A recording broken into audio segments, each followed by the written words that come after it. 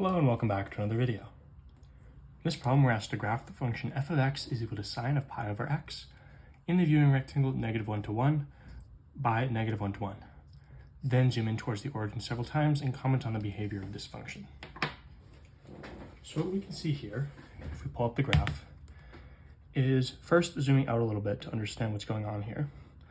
We have oscillations between -1 to 1 that decrease in width as we get closer and closer to the value of y is equal to 0.